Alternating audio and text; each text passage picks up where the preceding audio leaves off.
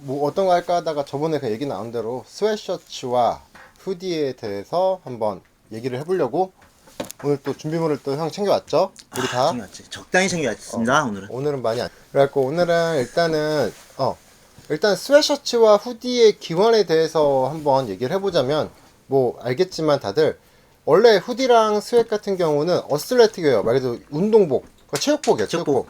옛날 사람들이 이제 예를 들면 1800년대 후반, 1900년대 초반에는 이제 이런 거를 거의 니팅 기법으로 만들어진 스웨트과 후디를 입었었고 일상생활에서 입는 옷이 아니라 이거는 말 그대로 진짜 운동할 때만. 그러니까 그 원래는 그 당시 의복 같은 경우는 다 테일러링 기반의 뭐 양장이 일반적인 옷이고 그땐 형 상상도 할 수 없던 게 이제 헬리넥을 우리가 지금 뭐 그냥 이너로 입고 바깥에 노출해서 보이지만 그다음 헬리넥이라는 옷 자체가 네이야 내복으로 입었던. 그래서 옛날 거 원판 보면은 기장이 막 이렇잖아. 막. 기장이 원피스잖아, 엄청 원피스. 무조건 바지를 속에 넣어서 입던 무조건 시절이다. 그러다가 이제 스웨셔츠랑 후디 같은 거를 그러니까 바깥에서 이렇게 뭐 자연스럽게 입고 다녔던 거는 뭐 몇 년도일 것 같아요? 이건 내 생각인데 저번에 왜 우리가 뉴에라 헤리티지 모델 얘기하다가 뉴에라가 원래는 이제 울렌밀츠. 그때 보면은 코치라든가 근데 야구 선수들은 이제 풀타임이 아니라 이제 돌아가면서 하니까 체온 유지 같은 것 때문에 그 저지 그 당시엔 저지라고 했었어야 되나 그거를 이제 숄카라 그러니까 레터맨 자켓이 그러니까 니팅 저지. 정말로 니트로 시작하지 않았을까라는 생각이 들어. 맞아요. 신축성도 그렇고 원래 울 소재를 이용해서 정말 이게 몸에 땀에 젖는 거에 대한 어떤 그런 편의성 같은 거는 전혀 생각하지 않은 어떤 그런 느낌? 그 썸머 울도 있고 그 당시에는 뭐 그런 저지로 시작된 건데 내 생각에는 이런 스웨셔츠와 후디를 그냥 바깥에서 자연스럽게 입기 시작한 건 50년대 이후라고 생각을 해. 2차 대전 끝나고 나서 그러니까 미국은 2차 대전 전과 후로 나뉘는 게 이제 2차 대전이 끝나고 나서부터가 엄청 부유한 나라가 됐고 승리를 하고 나니까 뭐 군수용품이나 그러니까 여기저기 파병도 보내면서 돈도 많이 벌고 일단은 어쨌든 부유한 나라가 되고 나서부터는 저번에 얘기했던 것처럼 여가를 즐기기 위해서 그냥 운동복을 가볍게 입을 수 있는 그런 문화가 만들어지지 않았나 싶어요. 그리고 내 생각인데 그때는 이제 뭐 비단 전투복이 아니라 활동복이라 하더라도 일단은 최고 그 당시에 할 수 있는 최고의 지원을 해주기 위해서 그 공을 들여서 만들었을 거란 말이야. 검선된 기업에서. 그러니까 군인들이 전시에 입었던 거를 군납. 군납을 평상복으로 입었을 때는 뭔가 그 일반인들이 생각했을 때 평상복으로 입을 때 뭔가 퀄리티가 보장되는 어떤 그런 느낌으로도 생각하지 않았을까. 근데 뭐 내 생각에는 그 당시에 미국 옷들은 다 웰메이드 아니야? 어쩔 수 없이 웰메이드 수밖에 없는 환경이고 왜냐면은 뭐 저기 원단을 짜는 뭐 기계라든가 봉제라든가 그 당시엔 기술력이 많지 않았기 때문에 쉽게 빠르게 할 수 있는 옷이 아니라 천천히 슬로우로 만드는 어찌 보면 이것도 다 아메리칸 캐주얼의 기반이 되는 그러니까 일본에서 그렇게 이제 그거를 엄청나게 막 좋아하는 그 미국의 노스텔지어 아메리칸 노스텔지어라고 할 수 있는 그런 옷들이겠지. 그리고 그래서 뭐 이거 어쨌든 뭐 디테일에 대한 거 이따 다시 얘기하겠지만 우선은 그래서 뭐 연도별로 후디 우리는 엄청 올드한 건 없어요. 다 입는 거기 때문에 이건 호철 형이 갖고 온 1970년대 챔피언 리버스 웨브. 이 초록색 라벨이 원래 그러니까 지금 현재 파란색? 파란색 라벨이 지금 그 챔피언 리버스 웨브에서 이제 그 일본 기획에서 나오는 가장 일반적인 그 리버스 웨브가 이 파란 라벨인데 그거의 원본이라서 그거의 가져온 원본. 거야? 그거의 원본이야 이게. 그러니까 이건 1970년대고 그 전에는 빨간색이나 뭐 노란색. 그게 1960년대. 그게는 이제 그 뒤는 저거지. 트리코 라벨. 그거는 형수님 거? 저 자신 공룡이야. 이건 형수님이랑 그래서 가져와 봤어. 현수이랑 같이 입는 거고 이거는 소매 부분은 근데 이게 전 주인이 커팅을 한 건데 되게 깔끔하게 잘 해나왔고 오히려 이게 내 생각엔 이 상태가 되게 좋았던 걸 보면 여기가 이제 뭐가 해지거나 보기 싫어서 자는 게 아니라 이 사람이 그냥 자기 취향에서 시보리가 편해서 그러니까 뭐 자기 취향상으로 잘라서 입었던 것 같고 그다음에 요거 같은 경우는 나는 내가 개인적으로 궁금한 게 이 프린팅이 뭐 이때만의 특징은 아닌 거지? 뭐 이때 알류나임도 많이 썼고 이거는 이제 흔히 이제 우리나라 생산자들 반짝반짝거리는. 입장에서 러버나염이라고 하지. 그러니까 고무나염. 근데 내가 러버나임이라고 봤던 거는 약간 볼록한데 요거는 좀 평탄하잖아. 그래서 형이 말하는 그 러버나염이라고 하는 건 이거보다 좀 더 비싼 나염 기법인데 그거는 이제 80년대에서 90년대 유행했던 프린트 기법이고 여기 그리고 좀 광택이 조금 도는 이제 이런 느낌. 요게 챔피언 리버스 웨브 70년대 원본입니다. 뭐 디테일을 설명해 드리자면은 일단은 일반적으로 원단들 결이 보통 이제 이렇게 세로로 된 거를 일부러 눕혀갖고 그래서 리버스 웨브야. 이 이름이. 90도. 이거 원단의 뭐 수축률이라든가 막 그런 것들을 최대한 적게 하려고 이렇게 만들어서 챔피언에서 특허를 내서 이제 챔피언에서 쭉 만들다가 나중에는 뭐 80년대부터는 뭐 여러 브랜드들이 다 이 기법을 사용해서 만들어서 하나의 디자인을 만든 거지. 사실 이게 크게 실용적인 부분은 없고 아, 맞아. 그냥 이제 디자인적인 요소야.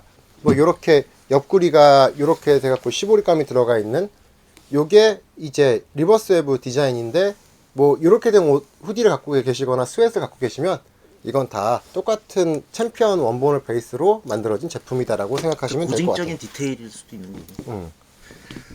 그리고 요거 일단 색깔이 레드인데 이 페이딩이 진짜로 약간 다홍색처럼 좀. 진짜 무지하게 이쁘게 이래서 빈티지를 포기할 수가 없는 거예요. 빈티지를 포기할 수가 없어. 포켓 디테일 같은 경우도 근데 원래 좁았다가 좀 넓어지지 않아? 그러니까 원래 이게 프론트 엄청 좁은데 근데 이건 옷 사이즈가 작은 거라서 그런가 보다. 포켓 같은 경우도 원래 이게 좀 좁은 편이에요 원래. 폭이. 여기가 원래 챔피언 빈티지 진짜 뭐 같은 거의 경우는 주머니의 여기가 역할을 할 수 없는. 요거는 사이즈가 작은 거라서 그냥 이렇게 일반적으로 쓰인 것 같고 뭐 다른 우리가 갖고 온 후디 빈티지를 보면은 거기서 또 확인할 수가 있어요. 이것도 원래 본래 저기 스트링은 있었을 거야? 원래 근데, 있지. 근데 이제 없는 상태에 있었지만. 그리고 나 같은 경우도 후디 사면은 나는 이거 있으면 거의 다 빼서 입어. 나도 일부러 빼서 입어. 이거 되게 거치하고 그리고 싫고 실제로 이렇게 쪼이고 입고 다니는 그런 거 하지 않기 때문에 이게 근데 또 80년대랑 조금 차이점이 이라고 느꼈는데 이게 80년대는 딱딱할 정도인데 하드하고 딱딱할 정도인데 요거는 그래도 조금 보들보들한 편인 것 같긴 하거든. 왜냐면 똑같이 좀 근데 많이 원사 사용감이 있는 자체는 상태인데. 70에서 80년대 큰 차이는 없을 거예요. 근데 그건 뭐 색깔에 따라서 좀 다를 수 있고 그리고 이게 좀 뭐 컨디션이 이게 만약에 뭐 섬유유연제 많이 써갖고 좀 부드러워진 걸 수도 있고 원래 최초의 후디라고 할 수 있는 건 더블 페이스라고 해서 더블 페이스. 두 개가 겹쳐 있는. 근데 이것도 뭐 예전에 스팔딩이라는 농구 공 회사 알지? 거기서도 만들었고 스팔딩에서 그러니까 스팔딩 찾아봐야겠다. 니팅 웨어에서도 아울렛 밀즈에서도 그런 이제 울이랑 코튼이 이제 원단에 섞여 있는 뭐 1920년대 타입이라 보면 될 것 같아. 애프터 후디 이전에 이게 이제 후디의 뭐 봉제 부분이 그러니까 이게 두 개 붙여놔 갖고 뭐 이렇게 오버로크 돌린 것처럼 이렇게 돼 있는 그런 후디가 있는데 그럼 보디가드라고 하는 이제 한국에 이제 니팅 후디 회사가 있는데 그 보디가드가 없어진 거를 일본에서 라이센스 사가지고 실명복각으로 만든 그 브랜드에서도 여전히 출시가 되고 있어요. 스탠다드 아이템으로. 근데 걔네는 진짜 미국 애들이 만들었던 그 원판처럼 원사부터 뭐 사이즈 스펙까지 다 완벽하게 복원해갖고 만드는데 그것도 가격이 한 3만원 후반 정도 할 거예요. 나 그거 사봤는데 핏이 난 너무 어려워갖고 왜? 팔았지. 너무 길고 더블 페이스 자체가 무거워서 못 입겠어. 이제 나이가 드니까 형도 솔직히 힘들잖아. 더블 페이스 입으면. 그거에 대한 건 이따가 얘기할게. 내가 왜 선택을 했는지. 그러니까. 근데 하나 나 궁금한 게 있는데 이렇게 더블 페이스 한 4, 50년대로 가다가 지금 이 상태로 유지되는데 V거셋이 같이 공존하는 게 있잖아. 그게 나 정확히 몇 년도인지 모르겠어. V거셋도 1930년대부터 더블 페이스가 아니면서. 그건 1900, 이게 그러니까는 나중에 80년대, 90년대 나온 거 말고 그 전에는 V거셋이 1930년대가 아닐까 나는 유추를 해요. 나도 그렇게 유출하는 게 내가 그걸 본 게 40년대 원본 말고 복각해주는데 유일하게 복각해주는 옛날에 헬로스카페에서만 봤거든 그거를. 이 앞뒤로 V거셋이 앞뒤로 있으면서 V거셋 있는 후드.